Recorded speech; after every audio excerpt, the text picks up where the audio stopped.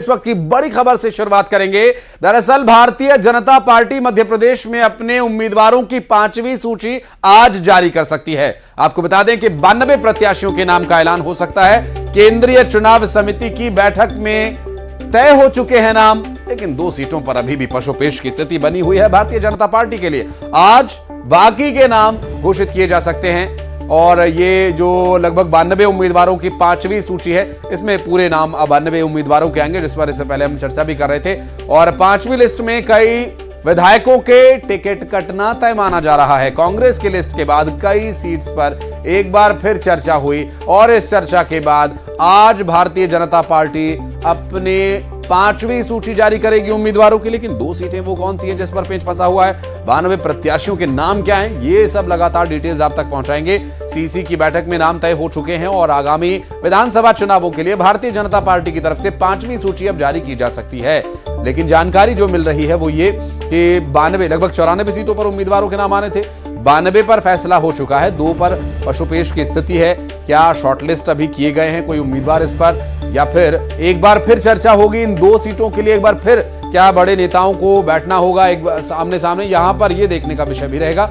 और सीईसी की बैठक में नाम जो है वो लगभग तय हो चुके हैं। अभी तक मिल रही जानकारी के अनुसार करीब करीब 92 जो उम्मीदवार हैं इस 5वीं सूची में उन्हें जगह दी जा रही है और इसके साथ ही करीब 92 उम्मीदवारों की सूची जारी होगी और 92 प्रत्याशियों के नाम का ऐलान भी किया जाएगा। लेकिन 2 सीटों पर अभी पेच फंसा हुआ है। लेकिन सवाल यहां साथ ये भी है कि क्या 2 उम्मीदवारों के लिए एक बार फिर से पार्टी के बड़े नेताओं को बैठना पड़ेगा।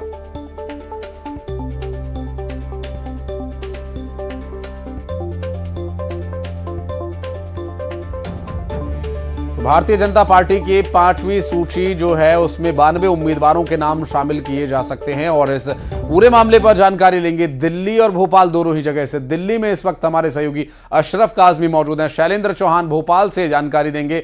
पहले अशरफ आपके पास आते हैं और जानने की ये कोशिश बार बार की जा रही थी कि बाकी उम्मीदवारों का नाम कब जारी होगा, लेकिन अभी की जो स्थिति है वो जाहिर कर रहे हैं कि 92 उम्मीदवार एक बार आ जाएंगे 5वीं सूची में, पर 2 पर मामला अटक जाएगा। डिटेल क्या मिल रही है, क्या इनपुट मिल पा रहे दिल्ली से? आशीष, देखिए कल केंद्रीय चुनाव समिति की बैठक हुई थी रात में और वो खत्म हो चुकी है और उसमें तकरीबन जितने उम्मीदवार हैं सभी के नामों पर मोहर लग गई है। बस अब इंतजार है कि कब सूची जारी की जाती है। जो सूत्र बता रहे हैं वो यही है कि 2 सीटों का मामला अटका हुआ है, उस पर फैसला कर लिया जाएगा। अभी समय है क्योंकि आज से ही नामांकन की प्रक्रिया शुरू हुई है, 30 तक होना है, तो भाजपा के पास समय है। और सबसे बड़ी बात यह है कि कांग्रेस ने अपने सभी उम्मीदवार चुनाव मैदान में घोषित कर दिए हैं, तो बीजेपी ने कांग्रेस के उम्मीदवारों को देखकर अपना फैसला कर लिया। कल बड़े नेताओं के साथ बैठक हुई, चर्चा हुई, उसमें मंथन किया गया और अंतिम फैसला कर लिया गया है। और इस फैसले में कई चौंकाने वाले नाम भी आपको देखने को मिलेंगे। जब सूची आएगी तो कई बड़े चेहरों को चुनाव मैदान में उतारा जा सकता है और कई ऐसे विधायक हैं जिन पर तलवार लटक रही है, जो नॉन परफॉर्मेंस है, जिनकी परफॉर्मेंस से प्रधानमंत्री खुश नहीं थे, राष्ट्रीय नेतृत्व खुश नहीं था, उनके टिकट काटे जा रहे। नए और युवा चेहरों को चुनाव मैदान में उतारा जा रहा है। तो कुल स्थिति यह है कि बस अब सस्पेंस कब खत्म होगा उसके देखने की बात है। सस्पेंस भी है और कुछ सवाल भी हैं, सिर्फ उन सवालों का भी जवाब तलाशना होगा। शैलेंद्र के पास चलते हैं भोपाल। शैलेंद्र, भोपाल में क्या मूवमेंट है, कौन सी वो 2 सीटें, क्या अभी इस पर से पर्दा उठ पाएगा और क्या कुछ है स्थिति फिलहाल भोपाल में? देखिए आशीष, ये 2 सीटें अभी तक बिल्कुल भी कोई खुलासा नहीं पाया कि आखिर वो कौन सी है। ये जरूर बताया गया कि इसमें जो स्थिति बनी थी कि अलग नाम थे, सर्वे में जो आए थे, उसके बाद ये बात हुई कि हो सकता है कि कांग्रेस से किसी प्रत्याशी को लाकर चुनाव लड़ाया जा सकता है। तो ये बड़ा सस्पेंस रखा गया है कि ये 2 सीट कौन सी होगी, पर निश्चित ही ये माना जा रहा है कि ग्वालियर चंबल की इसमें कोई सीट है जिसपे स्थिति बनी हुई है बकायदा कि क्या किया जाए, क्योंकि सर्वे की जो रिपोर्ट थी उसके अलावा जो प्रदेश के शीर्ष नेताओं ने जो सुझाव दिया था उस पर चर्चा हुई है। उसके बाद ये कहा कि अभी इसे फिलहाल रोक दिया जाए, अपन इस पर एक बार फिर चर्चा करेंगे। तो हो सकता है कि आज उसमें कोई सहमति बनाने के भी प्रयास हो कि एक सहमति बना ली जाए। और क्योंकि बैठक हो चुकी है, जो 2-3 नाम है वो सभी रखे जा चुके थे, तो निश्चित ही अशरफ बता रहे थे कि जो चर्चा होगी उसमें आज, क्योंकि भाजपा के पास दिन भर का समय और अभी और 9 दिन और है, तो हो सकता है कि इन दिनों के बीच में 1-2 दिन में ही बाकी 2 नाम को लेकर भी स्थिति स्पष्ट हो जाए। लेकिन ये तय कि आज बाकी नामों की सूची आना है और उसकी पूरी प्रक्रिया हो चुकी है। अब ये देखना होगा कि आज ये सूची दोपहर तक आती है या दोपहर के बाद, क्योंकि पीएम नरेंद्र मोदी आज मध्य प्रदेश के ग्वालियर में है। तो एक ये बड़ा एंगल अभी देखने में आ रहा है कि हो सकता है कि पार्टी अगर विचार करे कि पीएम मोदी चले जाए उसके बाद सूची जारी करे, तो एक ये अभी नया एंगल मिला है कि ये हो सकता है कि सूची जो दोपहर तक आती है वो हो सकता है कि शाम तक टल जाए, लेकिन सूची आ जाना है ये तय है। और ये भी तय है कि कुछ मंत्रियों को बता भी दिया गया है, कल बात भी कर ली गई है। तो उसमें ये साफ है कि शिवपुरी से जो यशोधरा राजे सिंधिया मंत्री थी उन्होंने खुद ही सीट छोड़ दी थी, उनकी जगह नया चेहरा आएगा। ओपीएस भदौरिया को भी टिकट कटना है, ये तय हो चुका है। तो करीब 4-5 ऐसे मंत्री है जो कहीं ना कहीं रिस्क जोन में है। कुल 9 मंत्रियों की सीट होल्ड की गई थी, 1-2 मंत्री जिनकी सीट बदलने को लेकर काफी कल चर्चा हुई, फिर आखिरी में तय हुआ है कि इन सीटों को बदलने की बजाय उन्हें वहीं से लड़ाया जाए। तो सारी सस्पेंस जो बना हुआ है वो शैलेंद्र, यहाँ पर आज मुझे वो मीटिंग भी याद आ रही है जब प्रदेश अध्यक्ष वीडी शर्मा ने मीटिंग ली थी और उन्होंने बड़े सख्त अंदाज में कहा था कि जो मंत्री परफॉर्म नहीं कर रहे हैं वो चेत जाएं, नहीं तो इसके परिणाम उन्हें भुगतने पड़ सकते हैं। कुछ वैसी सी स्थिति यहां पर बन रही है। अशरफ के पास चलेंगे दिल्ली में। अशरफ, दिल्ली से क्या इनपुट है? भोपाल में तो स्थिति है कि जिन लोगों के नाम नहीं होंगे लिस्ट में उन्हें चेता दिया गया है। दिल्ली में क्या एक बार फिर से इन 2 सीटों के लिए दोबारा मीटिंग बुलानी पड़ेगी या इसमें ही शॉर्टलिस्ट कर लिए गए, बस ऐलान नहीं होगा अभी? देखिए आशीष, इसके लिए दोबारा केंद्रीय चुनाव समिति की बैठक नहीं होगी। बस ये है कि आम सहमति बन जाएगी। प्रदेश के जो बड़े नेता हैं उनसे चर्चा करने के बाद वो केंद्रीय नेतृत्व को अपने सुझाव भेज देंगे और फिर अगर केंद्रीय नेतृत्व को लगेगा कहीं कोई आपत्ति नहीं है, कहीं कुछ क्षेत्रीय संतुलन बराबर है, जातीय संतुलन बराबर है और जो विपक्ष है, जो कांग्रेस है, तो उसके टक्कर देने के लिए मजबूत उम्मीदवार है, तो सब कुछ सही रहेगा, तो सिर्फ वो अपनी सहमति दे देंगे। इसके लिए कोई केंद्रीय चुनाव समिति की बैठक नहीं होगी। बिल्कुल, और ये जरूरी भी है क्योंकि जो स्थिति अभी बन रही है शैलेंद्र, उसे देखते हुए कहा जा सकता है कि थोड़ी सी एक पार्टी के लिए असहजता की स्थिति हो सकती है। चूंकि पार्टी सत्ता में भी है, नाराजगी का क्या फर्क पड़ेगा क्या नहीं, ये तो खैर आने वाले वक्त में पता चल ही जाएगा। लेकिन शैलेंद्र, क्या ये तय माना जाए कि आज ये लिस्ट जारी हो जाएगी 92 उम्मीदवारों की? इसके लिए भी कोई इनपुट मिल पा रहा है?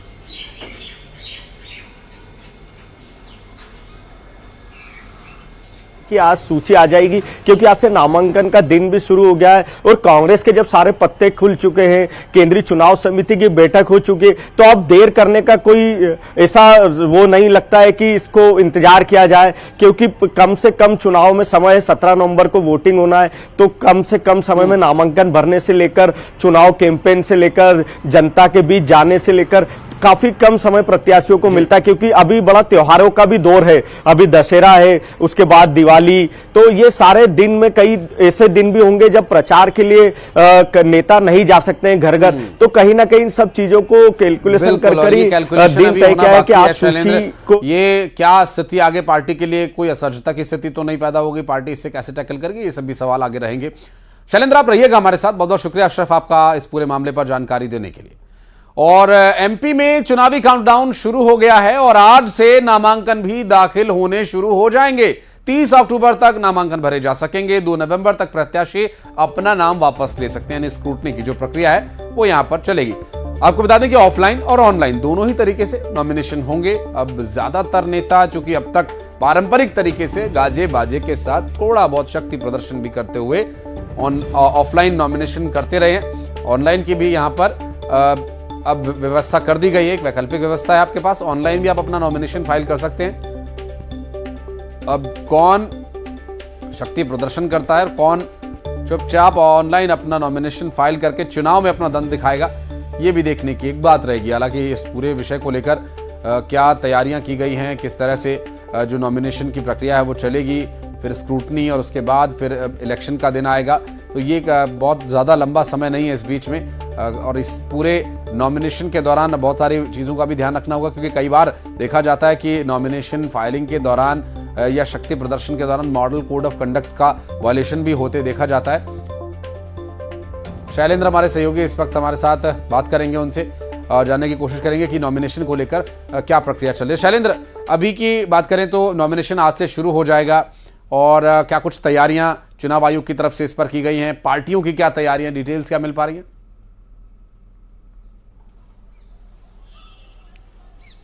संहिता लगने के बाद आज सबसे महत्वपूर्ण दिन है, क्योंकि आज से नामांकन शुरू हो रहे हैं। तो आज 21 तारीख से नामांकन शुरू होंगे, जो कि 30 तारीख तक भरे जा सकेंगे। तो इसमें हम आपको बता दें कि इसमें छुट्टियां 4 दिन है, तो 6 दिन ऐसे जो कार्य दिवस के, तो इन 6 दिन में ऑफलाइन नामांकन होंगे। तो ये आने वाले 10 दिन बड़े ही महत्वपूर्ण है। इसमें 6 दिन ऑनलाइन ऑफलाइन होना है, और बाकी 4 दिन जो अगर कोई प्रत्याशी ऑनलाइन चाहता है तो 10 दिन उसको मौका है। तो ये 10 दिन की प्रक्रिया में पूरे नामांकन होंगे। उसके बाद 2 नवंबर तक नाम वापसी और बाकी सारी प्रक्रिया पूरी हो जाएगी, और उसके बाद ये तस्वीर साफ हो जाएगी कि कौन प्रत्याशी चुनाव मैदान में है और किसने नाम वापस ले लिया। तो ये आने वाले 12 दिन में पूरी तस्वीर साफ होगी कि कितने प्रत्याशी मध्य प्रदेश में चुनाव मैदान में है। निर्वाचन आयोग की तैयारियों की बात करें तो तैयारियां पूरी हो चुकी है। सभी जिला कार्यालयों में जहां पर निर्वाचन कक्ष बना है वहां पर पूरी टीम को बैठा दिया गया है, और वो नामांकन के फॉर्म लेना शुरू करेंगे।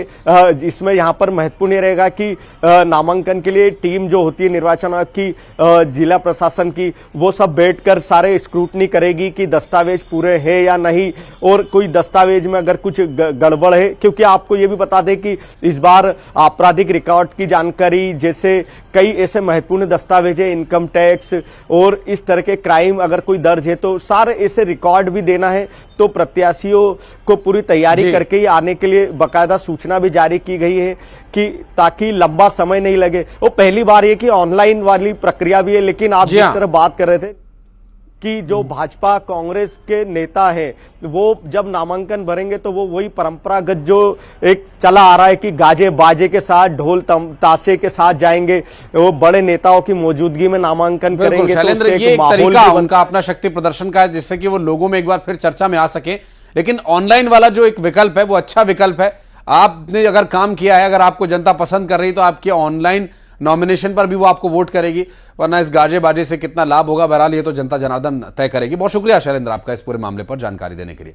चलिए बढ़ते हैं आगे और रुक करेंगे कुछ अन्य खबरों का। आपको बता दें कि प्रधानमंत्री नरेंद्र मोदी आज ग्वालियर आ रहे हैं और वो सिंधिया स्कूल के 125वें स्थापना दिवस समारोह के कार्यक्रम में शामिल होने के लिए आ रहे हैं। पीएम के आगमन को लेकर सिंधिया स्कूल को दुल्हन की तरह सजाया गया है और समारोह की शुरुआत स्पेशल स्क्रीनिंग फिल्म से की जाएगी।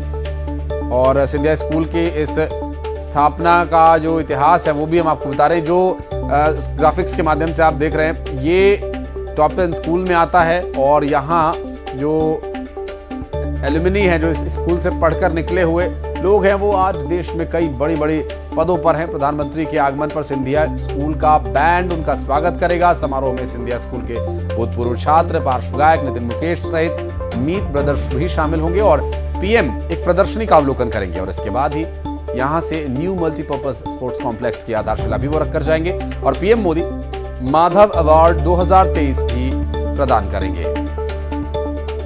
और आज प्रधानमंत्री के आगमन को लेकर क्या तैयारियां की गई हैं और कार्यक्रम के बारे में डिटेल्स आप तक पहुंचाएंगे। और आपको बता दें कि ये सिंधिया स्कूल जो कि यहां से कई बड़े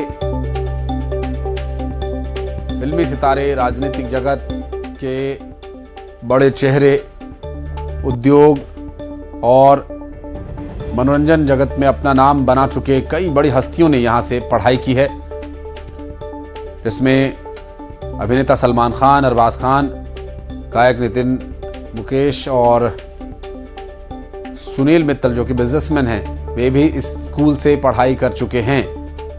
और राजनीति, उद्योग, मनोरंजन जगत के कई बड़े चेहरे इस स्कूल से पढ़ चुके हैं।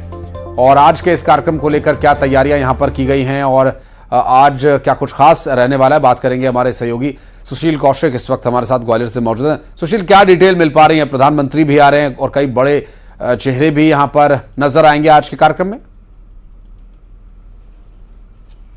बिल्कुल, देखिए आज ग्वालियर में सिंधिया स्कूल का 125वां स्थापना दिवस है और इस मौके पर देश के पीएम नरेंद्र मोदी यहां आ रहे हैं। शाम करीब 4:30 बजे PM Narendra Modi Gwalior air force station पहुंचेंगे। वहां से हेलीकॉप्टर से रवाना होकर सीधे सिंधिया स्कूल में करीब 5 बजे वो आएंगे और उसके बाद 5 बजे से लेकर 6:30 बजे तक लगभग 1.5 घंटे का वक्त पीएम मोदी सिंधिया स्कूल में बिताएंगे। इस दौरान वो स्पोर्ट कॉम्प्लेक्स का आधारशिला रखेंगे। इसके साथ ही छात्रों की जो प्रदर्शनियां हैं उनका अवलोकन करेंगे। इसके साथ ही पौधरोपण करने के बाद वो यहाँ पूर्व छात्रों से मुलाकात करेंगे और उसके बाद उनका एक प्रेरक उद्बोधक होगा। इसके साथ ही यहाँ एक फिल्म की स्क्रीनिंग भी की जाएगी जिसमें सिंधिया स्कूल के बारे में सहित उसके जो अन्य पहलू है उनको दिखाया जाएगा। तो पीएम के दौरे को लेकर न सिर्फ सिंधिया स्कूल बल्कि एयरपोर्ट से लेकर ग्वालियर शहर में जहां भी पीएम का आगमन रहेगा वहां सुरक्षा व्यवस्था तगड़ी की गई है। आपको बता दें कि सिंधिया स्कूल 1897 में बना था। ज्योतिरादित्य सिंधिया का ट्रस्ट जो है इसे संचालित करता है और ये स्कूल देश के 10 स्कूलों में शुमार है। यहाँ से सलमान खान, अरबाज खान, प्रफुल्ल पटेल, नटवर सिंह, सुनील मित्तल सहित तमाम कई हस्तियों ने यहाँ पढ़ाई की है। तो कई पूर्व छात्र भी आज यहाँ मौजूद रहेंगे। गायक नितिन मुकेश जो यहाँ पढ़े हैं वो खुद यहाँ आएंगे परफॉर्मेंस देने के लिए। इसके अलावा मीत ब्रदर्स रहेंगे। इसके अलावा इंग्लैंड, अमेरिका सहित अन्य देशों में जो लोग हैं यहाँ से पढ़कर निकले, वहाँ नाम कमा रहे हैं, वो लोग भी आज शामिल होंगे। तो पीएम के दौरे को लेकर पूरी तरह से दुल्हन की तरह सजाया गया है सिंधिया स्कूल को। और ये स्कूल अपने आप में एक अलग ही स्कूल है और यही वजह कि जब आज पीएम आएंगे तो सिंधिया खुद इस बात को एक्सेप्ट कर चुके हैं कि आज एक गौरवशाली दिन रहेगा जब पीएम यहाँ आएंगे और इस सिंधिया स्कूल के इतिहास में एक नया अध्याय जुड़ेगा। तो कहीं और आज का जो कार्यक्रम है काफी भव्य रहने भी वाला है और जो जिस तरह से आप बता रहे हैं कई बड़ी हस्तियां भी यहाँ पर दिखाई दे सकती हैं। आगे कार्यक्रम के बारे में डिटेल्स लेने के लिए फिर संपर्क करेंगे आपसे। बहुत बहुत शुक्रिया आपका इस पूरे मामले पर जानकारी देने के लिए।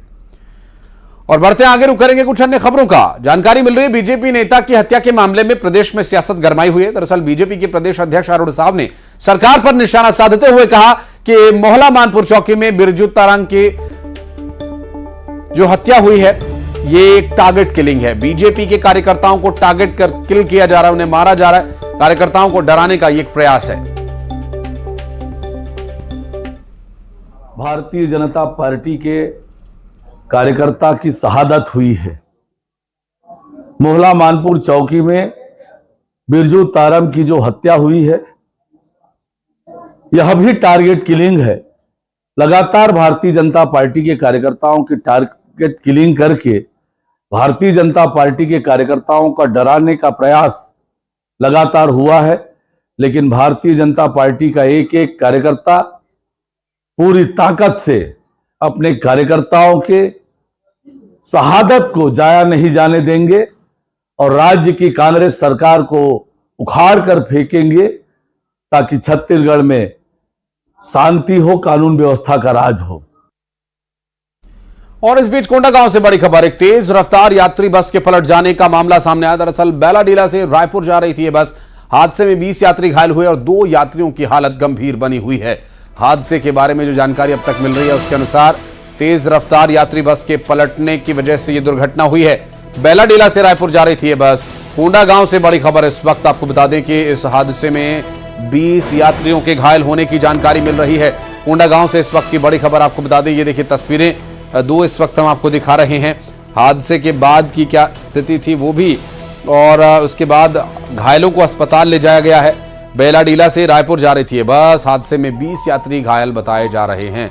कोंडागांव से इस वक्त की बड़ी खबर, दुर्घटनाग्रस्त बस से यात्रियों को निकाला गया और उन्हें हॉस्पिटल में एडमिट करवाया गया है। हादसे के बाद घायल हुए मरीजों को अस्पताल में भर्ती कराया गया। कोंडागांव से एक दुर्घटना का यह मामला सामने आया। 2 तस्वीरें इससे जुड़ी हुई आपको दिखा रहे हैं। एक तेज रफ्तार यात्री बस के पलट जाने की वजह से यह दुर्घटना हुई।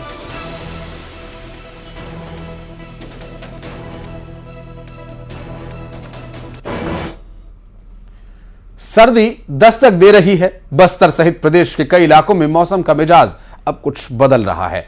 आपको दिखाएंगे 2 महत्वपूर्ण तस्वीरें। दरअसल जगदलपुर और धमतरी से ये तस्वीरें, जहां पूरे शहर में कोहरा ही कोहरा दिखाई दे रहा है, जिसकी वजह से तापमान में गिरावट भी दर्ज की जा रही है। और अचानक ये कोहरा यहां बढ़ गया। जगदलपुर और धमतरी में तापमान में भी गिरावट महसूस की जा रही है।